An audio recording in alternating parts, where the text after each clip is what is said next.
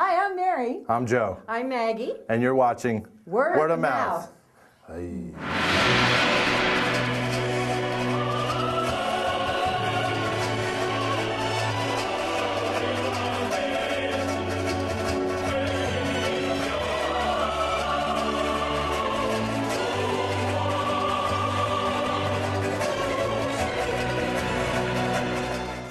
I saw a soul of oh darn, I had it going for a minute there. Tonight we saw Soul of Shaolin. Soul of Shaolin. Did I say it right? It's a coming-of-age story. I guess ancient China. They're having a civil war. A woman leaves her child in the forest. He was kidnapped, or his mother had left him at a safe place, and he ended up being kidnapped by, it looked like some sort of pirate or whatever, and was found by the monks and then brought up by the monks. The monks raise the child and teach him everything he needs to know about meditation and the art of Shaolin Kung Fu. Later on, he and his mother are reunited, and he has to prove himself by defeating everyone in the temple. All of the monks must be defeated before he can leave to be a member of his family once again.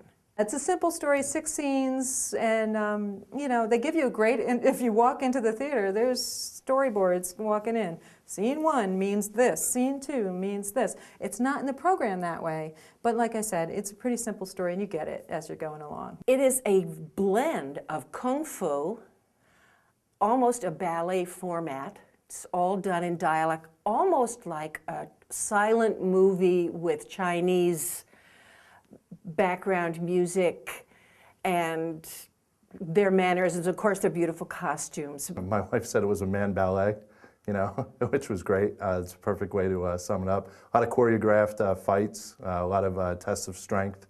No catching the goldfish or anything like that, but it was pretty neat. They leap up in the air and do side rolls and land flat, and they know how to make a soft landing. The littlest boy is doing back handsprings onto his head and then lifting off into another one and landing on his head, and that's sort of upsetting as a mother and grandmother. Someone worked hard to make that child. What entertained me was the emotion that I started to feel in the second act. I realized that this wasn't just a bunch of guys out there doing acrobatics. I was watching the emotion really unfold as the time went on, and I had tears in my eyes at the end when they came to the big ending. So I can't say that I didn't have a good time. I did. It did what it was supposed to do. There's no speaking, hence the man ballet, you know. There's the typical, I guess, ancient Chinese music with the little, you know, I guess it's a harp, or, you know, I'm not too sure what it is that they play back then. I must say I flagged towards the end, and then I thought I had stepped into a Chinese Western because they had the Chinese instrument, but it sounded like bonanza. And I was fascinated by that. Woke me right up. I know it's a traveling show, so I can't expect a lot. So I knew that. So it's here only for a short amount of time. So, you know, they were using some backdrops, and you really didn't, there was some not real smooth movement of moving the props around. You saw the people out there setting the props, running back and forth. Sometimes magically that worked, and other times it was a little too, you know, rough around the edges. It's good. I mean, but I don't know that I'd spend money on it. It's here for a limited engagement.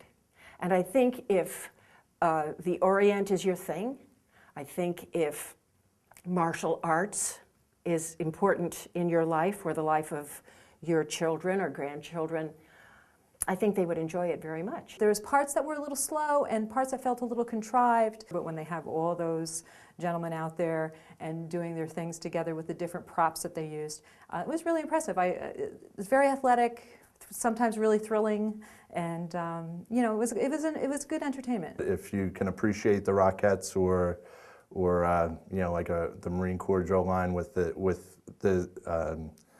synchronicity. You know, I mean, a lot of discipline goes into the show, and you have to respect it for that. I'm glad I saw it.